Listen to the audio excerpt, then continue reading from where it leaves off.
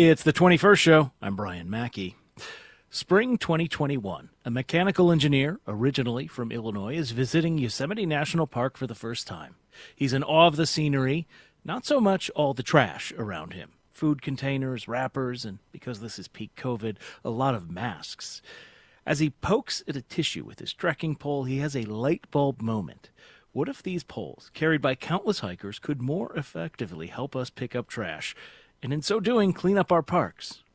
That engineer is John McShane, and his idea became Clean Trek, attachments that turn trekking poles into litter collection tools.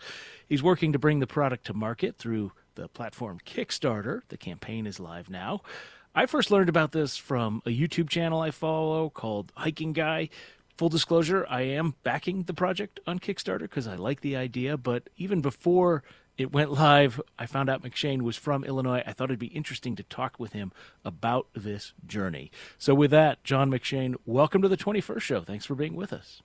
Hey, Brian, thanks so much for having me. I'm excited about this. And listeners, you can join us today at 800-222-9455. We're only on this for about the next 13 minutes or so don't wait. But if you have experience with litter on the trail, what is that like? Are you the type of person who picks up trash on the side of the road? 800-222-9455 is the number. All right, I'm going to ask you about your background in Illinois. Like, what first drew you to the outdoors? Is that something you picked up here? Yeah, I guess so. I mean, I grew up in the Chicago suburbs, or the north suburbs of Chicago, up in like around Lake Beach, which is kind of by Gurnee, if you know that area. But Mm-hmm. yeah, I would say really it was just in the backyard with my brother, like catching frogs, toads, snakes, all that stuff. He was like my brother was super into Animal Planet, and we were just always trying to like I don't know, catch an interesting bug or animal or something. And so I would say that's mostly where my interest came from. Aside from that, I would say when we went on trips, like the first big trip I could think of that was just, really took my breath away was going to Smoky Mountain National Park. Just being up in the mountains, seeing like the clouds rolling over the hills and things. It just, yeah, like I said, kind of took my breath away. And so yeah, I think I just naturally kind of took to that over time, and just realized it was, something very sacred and something that needs to be protected. What about engineering? How did you develop an interest in engineering? Yeah, it's funny because like I feel like so many engineers that I know, when you ask them that question, they'll say, "Oh, like I grew up putting together Legos and like taking things apart and putting them back together." I didn't do any of that stuff. I really just like um really took to physics in high school. I mean, I always liked math and science, but when I took physics in high school, it was like, wow, this is so cool. I can like predict what's going to happen with such accuracy and just yeah, I honestly, it was just something I was good at and enjoyed. And so I decided that that was something I wanted to apply to solutions, like you can potentially make an impact on the world by basically applying those physics fundamentals and engineering fundamentals. No offense to all the biologists and chemists out there, but physics really is the best science. I got to agree with you on that. How did you? What about mechanical engineering? So how do you end up in that subdiscipline, right? Because there's so many different types of engineering you can Yeah, there's so study. many. I mean, honestly, in high school, I was like, I didn't even know what engineering was until I was probably a junior or so. And I think mechanical, naturally, it's just like such a tangible field of engineering. And I don't think I was really too familiar with what the other fields even were, to be honest with you. I just think I was so excited about the prospect of mechanical engineering based on, like I said, I enjoyed physics and I enjoyed the very like physical parts of physics. Um, and so it just felt like a good fit and I never really questioned it. I was also what, like 16, 17 years old. So I don't know, like there probably are different fields that I could have also enjoyed, but mechanical engineering is just so vast, right? I mean, you could be like I don't know, the clean trek, right? It's like purely mechanical. I could be working on that. I could be making like a vacuum cleaner, or I could be doing what I was doing before clean trek, like aerospace and like vibration testing. It's just like you can do so much with it. And I think because I'm someone who is a little bit indecisive, and I kind of have a lot of interests. I like a lot of different things. I'm a little bit more of like a jack of all trades as opposed to like becoming very specialized. I just think it's a good field for me in that respect because I can kind of do so many different things with it. All right, so I briefly mentioned that visit to Yosemite in 2021. Talk more about what you saw on that trip. Yeah, I mean, the first thing I noticed really was it wasn't even on the trails necessarily. It was like at the visitor center. And by the way, this is my first time at Yosemite ever. Growing up in Illinois, I was like so excited to be in Yosemite and just had kind of put this image in my mind of what it was going to be like. And it was beautiful, don't get me wrong, but I'm standing at So this many visitor center people. looking at the So garbage many can. people. What's that? There's so many people. I had the same experience. Grew up in Illinois. My first visit, I had this majestic image, and it's just filled. There's people everywhere. Oh yeah, So you know what? yeah. Actually, when I went, it was in like March of 2021, and I think because it was still on Oh, the tail okay. end of COVID and also wasn't peak season, that actually wasn't necessarily my experience. It wasn't like jam-packed or anything like that.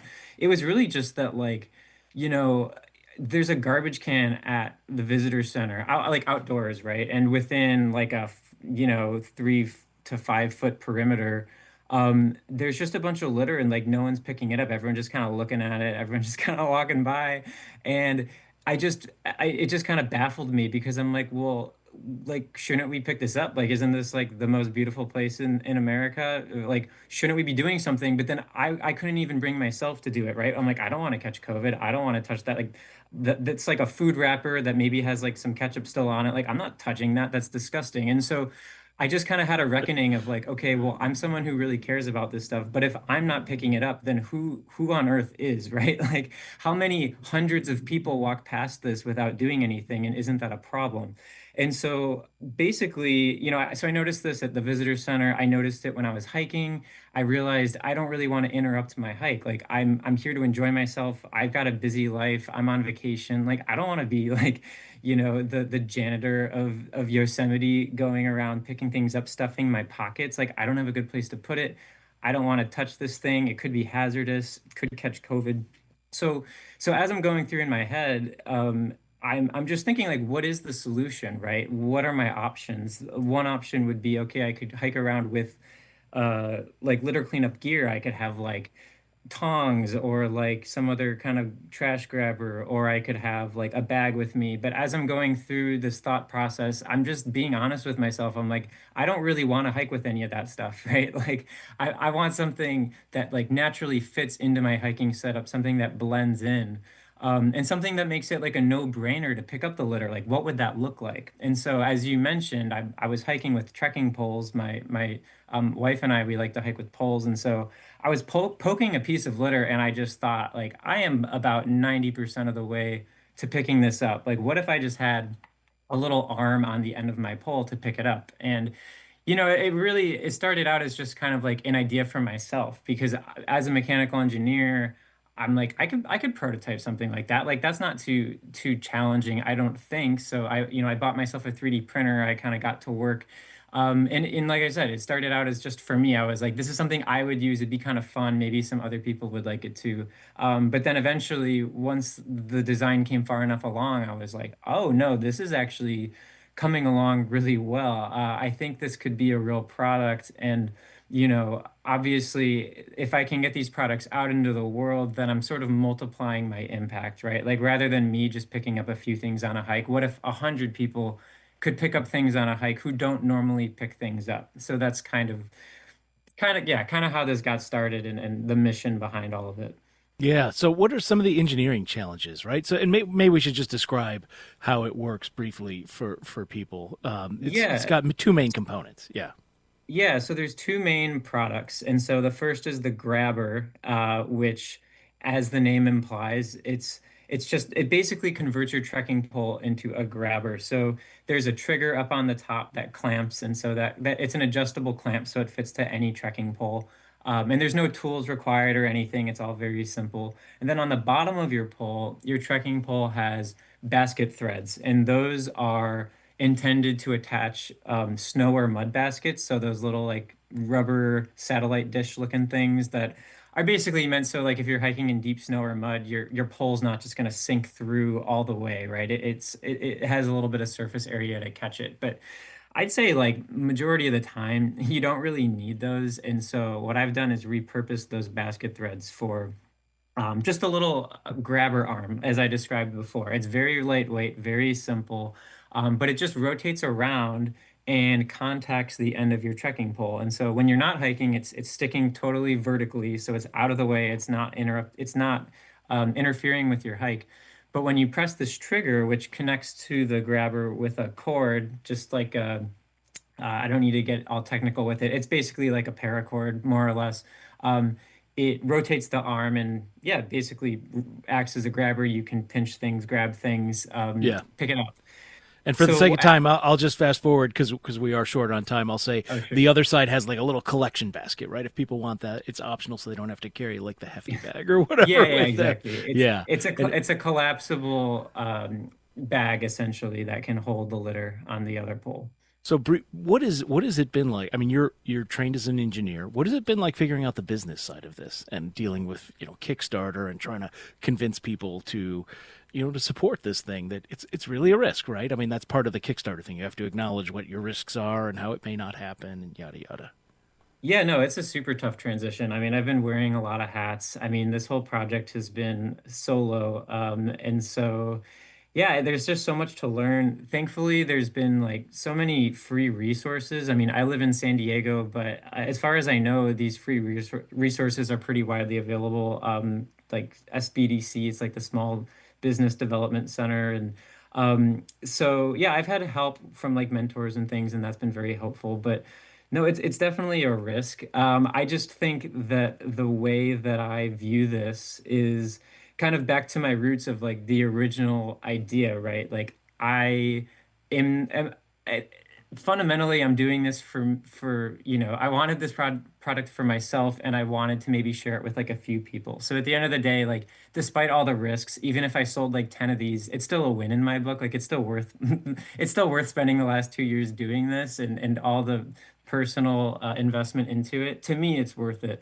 And so to me, selling more than that is really just like a cherry on top. And I obviously hope to launch this into a business.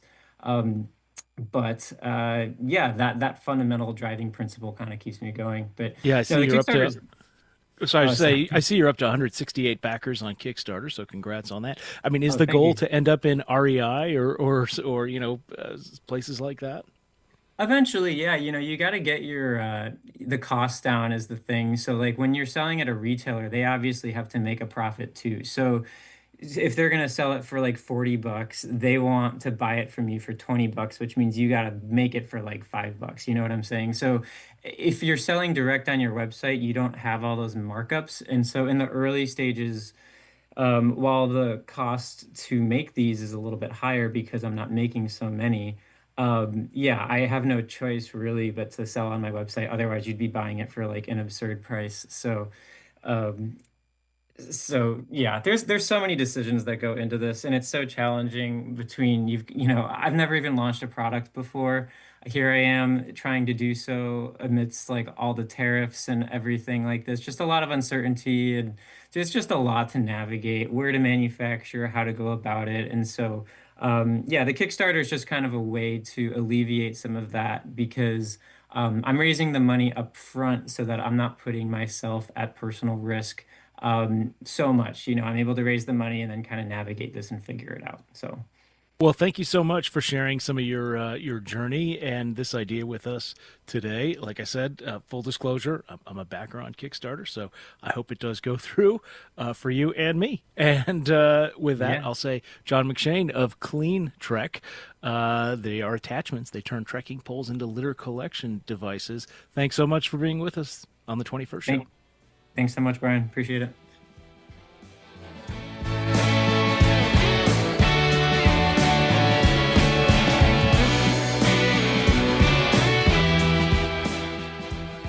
That's all the time we have for today. Coming up on the program next week, we'll mark the 40th anniversary of Farm Aid, the mega concert that took over Memorial Stadium in Champaign in 1985. Plus, we'll consider whether government policy might be pushing more and more farmers into trouble today. We'll also talk about the state of the economy, especially as it relates to jobs and employment, and we'll consider a study that looks at the role of mainstream media sources in the 2022 Republican primary for Illinois governor. The author of that contends traditional media, including public radio, operated in such a way that it disproportionately benefited Darren Bailey. It's all coming up next week on the 21st Show, which is a production of Illinois Public Media. I'm Brian Mackey. Thanks for listening. We'll talk with you again on Monday.